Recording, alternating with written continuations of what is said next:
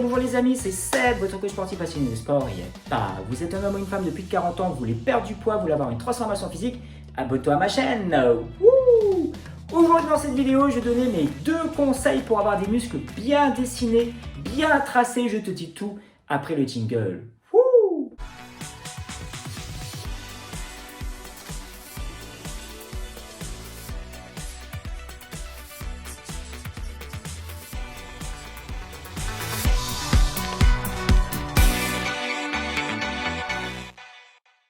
Allez, c'est parti les amis. Donc aujourd'hui dans cette vidéo, je vais donner mes 2 conseils qui vont te permettre d'avoir des muscles super secs et bien dessinés, d'avoir les tablettes de chocolat, d'avoir des beaux biceps, d'avoir des belles cuisses, des beaux fessiers pour vous mesdames. Je vous dis tout. Et oui, effectivement, l'été approche, l'été arrive à grands pas. Et on se dépêche, on court, du moins les salles de sport vont ouvrir, on va sauter dans les salles de sport, on va s'entraîner et on va essayer d'avoir le corps le plus parfait pour s'exposer à la plage, pour aller à la piscine. Et là aujourd'hui justement je vais vous donner mes 2 meilleurs conseils qui vont vous permettre d'avoir des muscles dessinés et saillants. Je dirais même peut-être un 3e, on verra à la fin, même à la fin de la vidéo ce 3e conseil. Alors le premier conseil qui va vous permettre d'avoir des muscles bien dessinés, bien saillants, ça va être dans l'exécution de votre exercice.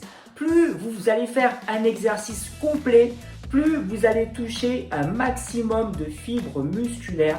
Par exemple, là, je vais prendre le biceps, c'est le plus près, ou les pectoraux. Lorsque vous allez travailler vos biceps, le travail, ça va être, par exemple, d'être ici et de faire un travail, de tendre ses bras au maximum et de le remonter au maximum. Clac. Si vous faites des petites amplitudes, vous allez avoir un petit muscle. Si vous faites des grandes amplitudes, et vous y allez tranquillou, vous allez travailler un maximum votre fibre musculaire. L'objectif c'est quoi? C'est d'avoir un muscle dessiné, d'avoir tracé. Par exemple, la même chose pour les abdos. Si vous faites des tout petits crunchs comme ça très vite, l'idée c'est vraiment de contrôler son mouvement et de faire le mouvement le plus grand possible. Que ce soit pour les biceps, que ce soit pour les squats, que ce soit pour les épaules, que ce soit pour tous les groupes musculaires, il faut essayer de faire l'amplitude maximum. Et plus vous allez faire une amplitude maximum, plus vous allez toucher de fibres musculaires. Et plus vous touchez de fibres musculaires, et plus votre muscle va être de plus en plus développé.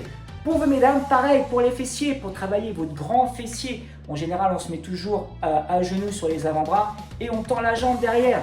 Et là, pareil, ça ne sert à rien de faire des tout petits mouvements. Il faut faire un grand mouvement. On ramène, on repart, on ramène, on repart. Il faut essayer de travailler son muscle la totalité de son muscle, de son groupe musculaire, que ce soit les fessiers, les pectoraux, les abdos, les cuisses. Enfin bref, vous avez compris, donc ça c'est mon premier conseil. On voit trop de personnes dans les salles faire des petits mouvements comme ça très vite. Ils ont des tout petits muscles et ils ne sont pas développés, ils ne sont pas saillants et c'est même dangereux. Donc le deuxième conseil justement qui va vous permettre d'avoir des muscles saillants bien dessinés, on n'y pense jamais à celui-là. On pense souvent à se muscler, à faire des séances de muscu, on pense à pousser, on pense à faire des fessiers, on pense à aller courir, on pense à aller faire du vélo. Enfin bref, on pense au spécifique, mais on ne pense jamais à ce deuxième conseil. Et là, quand je vais vous le dire, vous allez dire, oui, bien sûr, c'est évident. Il faut faire des étirements. Si vous faites des étirements, qu'est-ce qui se passe? Vous allez avoir un grand muscle. On n'étire jamais ces muscles. En général, beaucoup de gens qui sont à la muscu, qui vont faire différentes activités, soit du running, du vélo, de la natation, on ne s'étire pas. Et qu'est-ce qui se passe? Lorsqu'on va faire plusieurs séances d'activité, nos muscles, petit à petit, ils raccourcissent. Pourquoi? Pas tout simplement, on va reprendre toujours le biceps. Si on est toujours habitué à faire ce mouvement-là en petite amplitude, et si on ne fait pas une grande amplitude, on va avoir un tout petit muscle.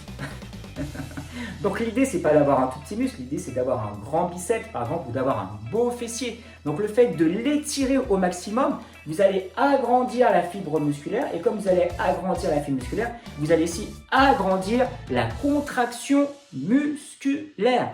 Et ce qui est bien avec les étirements, c'est que ça évite les blessures.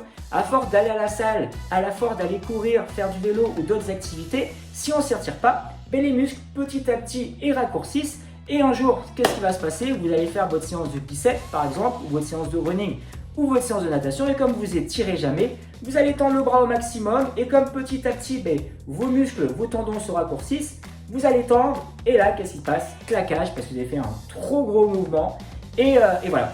Et donc, l'idée, c'est d'étirer pour avoir un grand muscle, pour éviter de tirer déjà sur les tendons, hein, vous savez, les tendons qui sont aux deux extrémités du muscle, et d'avoir un gros muscle et non pas un petit contracté, d'avoir, de mobiliser comment dire, toutes les fibres musculaires qu'il y a dans le muscle, c'est bien les fessiers, les biceps, les abdos, les quadriceps, etc., etc. Je pense que vous m'avez compris.